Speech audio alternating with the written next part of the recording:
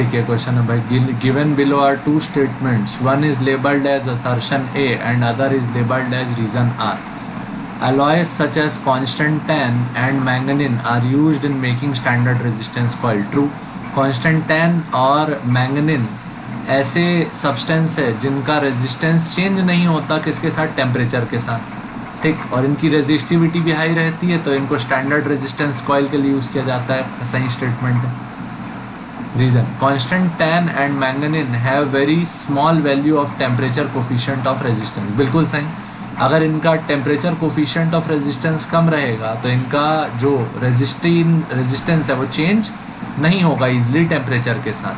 ठीक, और एक रीज़न है कि इनकी स्पेसिफिक रेजिस्टिविटी जो होती है वो हाई होती है.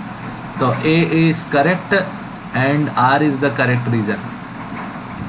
ए option, both A R true and R is the correct explanation of it. ठीक.